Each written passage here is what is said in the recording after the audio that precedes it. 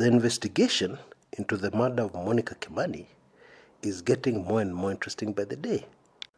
And Kenyans all over the world are closely following it.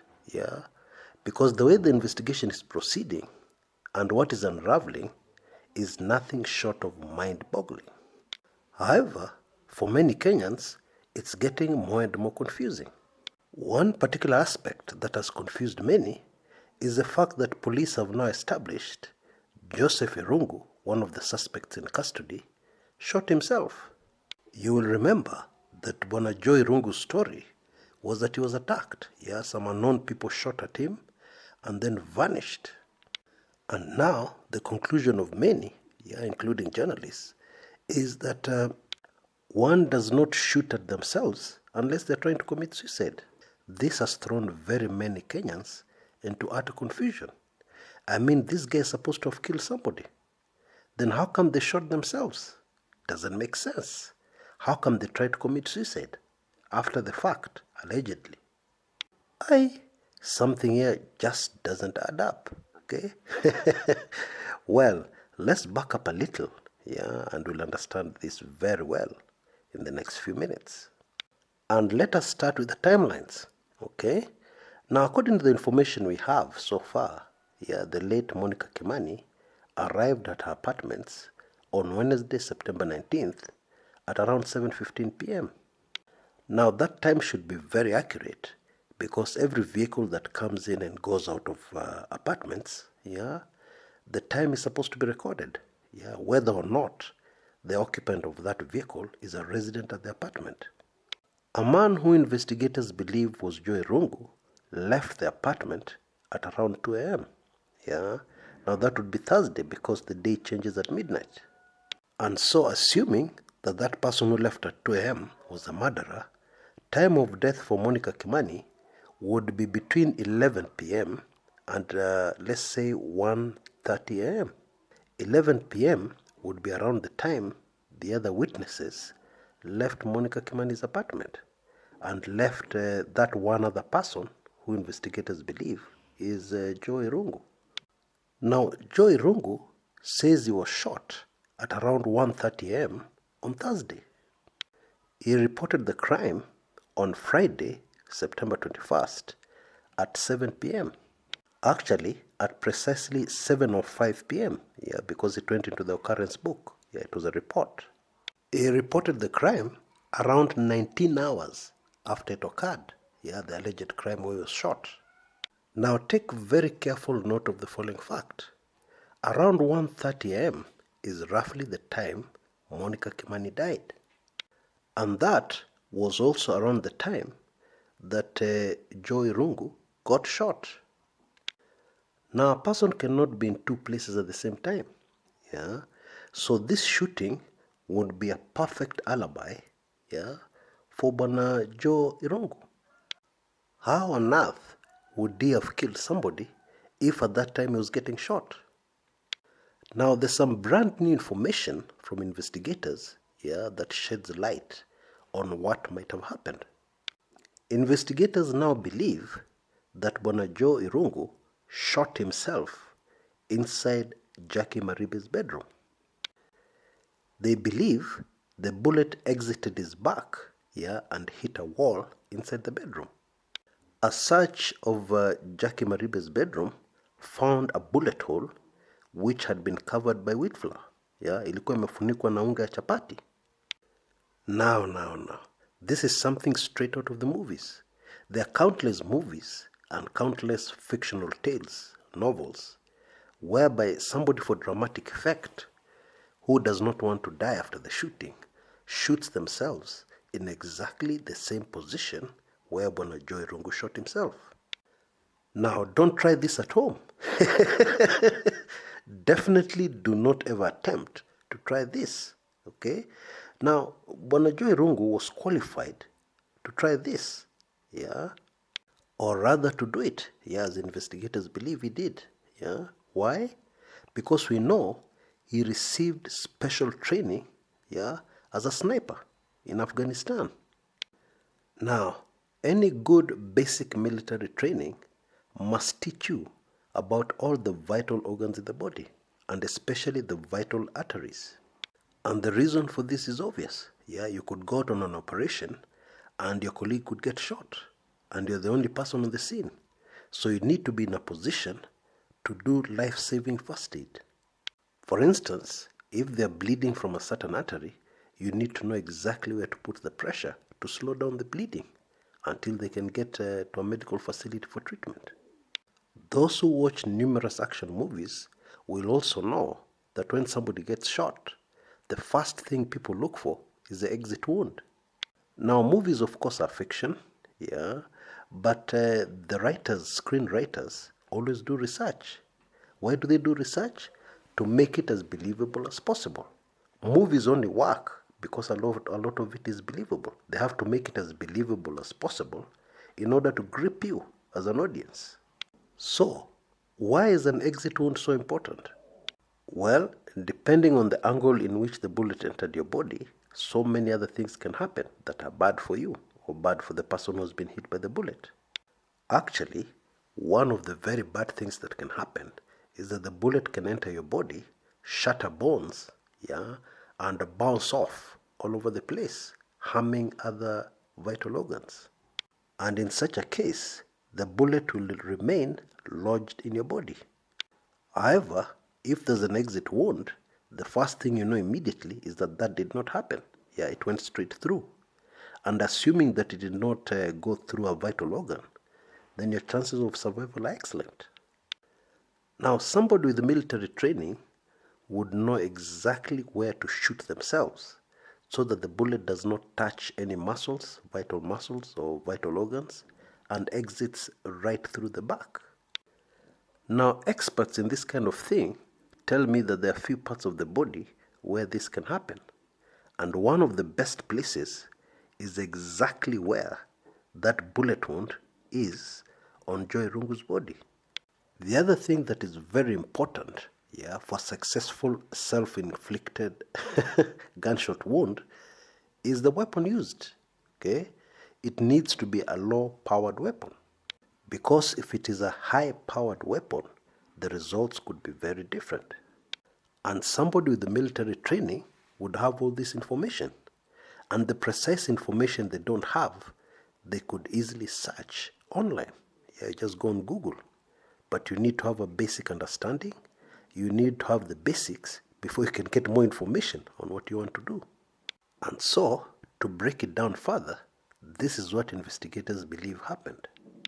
The person committed the crime, yeah, made their way home, okay, after the crime has been committed, went to the bedroom, shot themselves, okay, and then reported they were attacked at a police station near their home, yeah, about 200 meters near the house where they shot themselves, Jackie Maribe's house. And they made this report 19 hours later, yeah, after the time they say it happened. And so, assuming that everything went well, okay, what would happen is that when police started investigating, Joy Rungu would be ruled out as a suspect. Simply because at the time that he was supposed to be committing a murder, he was getting shot by unknown persons. End of the story. And so investigators would have to look elsewhere, yeah, for their suspect. This makes a lot of sense because assuming somebody had identified him, yeah, at the scene of the crime, yeah, because he was there, according to investigators, the police would have quickly dismissed the eyewitnesses, yeah, because surely, how did this guy commit the crime and he was getting shot elsewhere? But unfortunately, a lot of things went wrong, yeah, because first of all, his phone was positively identified, or rather has been positively identified as having been at the scene of the crime. Now, there's something else worth noting here. You will remember that when Joy Rungu was first presented in court, okay, investigators said that they were going to prove the wound he had was not a gunshot wound. Now, of course, these investigators have seen people who have been shot. I mean, this is what they do for a living. Yeah, they see them every day. And therefore, it is not surprising that initially they did not believe it was a gunshot wound. However, with the evidence that has been gathered now, it's starting to become much clearer. Now, armed with this information, we now know a few more things. For instance, Jackie Maribe, the Citizen TV news anchor, is in very serious trouble. Number one, there's a bullet hole in her bedroom from the self-inflicted gunshot wound. Now, it is believed that this gunshot incident happened in the wee hours of the morning. Yeah. Now, in the wee hours of the morning, where was Jackie Maribe? Which is the most likely place you'd be in the wee hours of the morning of any day of the week? In your bedroom, of course. Number two, there were 3 people who went to report, the so-called attack, gun attack. They were the alleged victim, Bwana Joy Rungu himself. There was Jackie Maribe, yes. And there was a third person, Brian Kasaine. Now, Brian Kasaine is a neighbor. Number 3, they're the clothes which were burnt at the back of a house. The same house where the gunshot incident took place. Now, why would somebody want to burn clothes? When clothes get old, most people give them away or throw them in the dustbin. Now, this is a question that Bwana Joy Rungu could not have anticipated. But immediately this story went down, investigators asked him a very simple question. Where are the clothes that you are wearing at the time that you got shot? Now, those clothes have never been found. And investigators suspect they're the clothes that were burnt at the back of Jackie Maribe's house.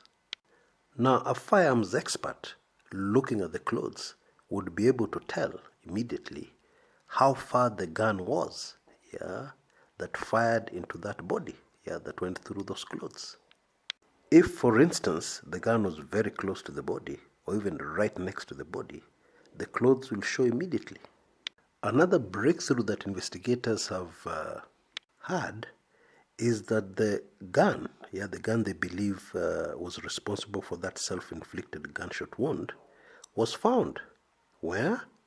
At Brian Kasaine's house, the neighbor's house. And it was very well hidden in the ceiling. Also hidden, in the ceiling, was a spent cartridge. Now, this is getting super fascinating, is it not? Now, the other thing that has happened is that all the pieces in this jigsaw puzzle are starting to fall in place. Now, for instance, investigators have now confirmed or established that the manner in which the late Monica Kimani was killed was the work of a professional assassin. There was an expert cut on the neck from ear to ear. Now, again, in case you didn't know, military people are trained on how to kill without a gun, how to kill with bare hands, and even how to kill with a knife. Now, people survive multiple stab wounds all the time. So in this particular case, it was important for the person who committed the murder to make sure that the victim died. And so naturally, the way to do that is to do it professionally. To do it in such a way that the chances of survival are nil. And once again, this piece of evidence links back to the prime suspect in custody. Somebody who had this kind of training. Or rather, somebody who has this kind of training. Now, something else very interesting that has emerged is that investigators have said they have received a lot of help and cooperation from the house help, Jackie Maribe's house help, and the neighbor, one of the neighbors. And I'm assuming that neighbor is not Brian Kasaine, who's already in police custody. Now, a maid or house help is a perfect source of information. I mean, what does the house help not know? That happens in a house. These people are dangerous because they know everything. In some instances, they'll even know how many times in a week you have sex with your wife. I kid you not. And so it is safe to assume that if it is indeed true that an occupant of that particular house, Jackie Maribe's house, was involved in the very gory murder of Monica Kimani, then they are cooked, kabisa. Because with the help of this maid, investigators will be able to establish the truth of exactly what happened in that house on the fateful day, and the days before and the days after. Before I go, let me give you the very latest. This morning, Monday, 1st of October 2018, Jackie Maribe made an appearance in court. Investigators were seeking more time to hold her as they finished investigations. They wanted 14 days. Well, the judge granted them 10 days. So Jackie Maribe remains behind bars in police custody at Gigiri police station for another 10 days as police complete investigations. Until next time, this is Kshs, Kumekucha.